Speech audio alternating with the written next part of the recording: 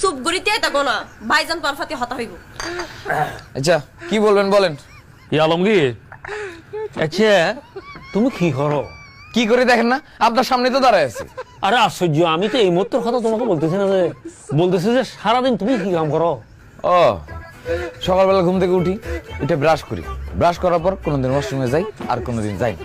তারপর সকালে নাস্তাটা করি, করে বাড়ির বাইরে বেরোই, বেরোয় বন্ধু বান্ধবগুলো লাগে, এদিকে যাই সেদিকে যাই, নানান জায়গায় ঘুরতে থাকি। তারপর যখন দুপুরে খাওয়ার টাইম হয়ে যায়, তারপর আবার বাড়িতে এসে পড়ি, আইসা খাওয়া দাওয়া করি।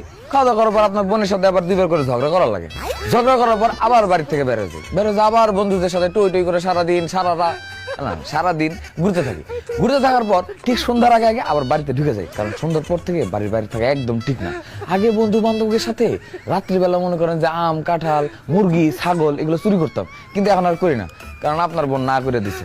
যাই হোক, তারপর রাতের খাবারটা খাওয়ার পর খুব তাড়াতাড়ি ঘুমাইতে চলে যাই, তারপরে আবার সকালবেলা উঠে আবার একই কাজ করতে থাকি। এটাই হইতেছে আমার এখন ডেইলি রুটিন।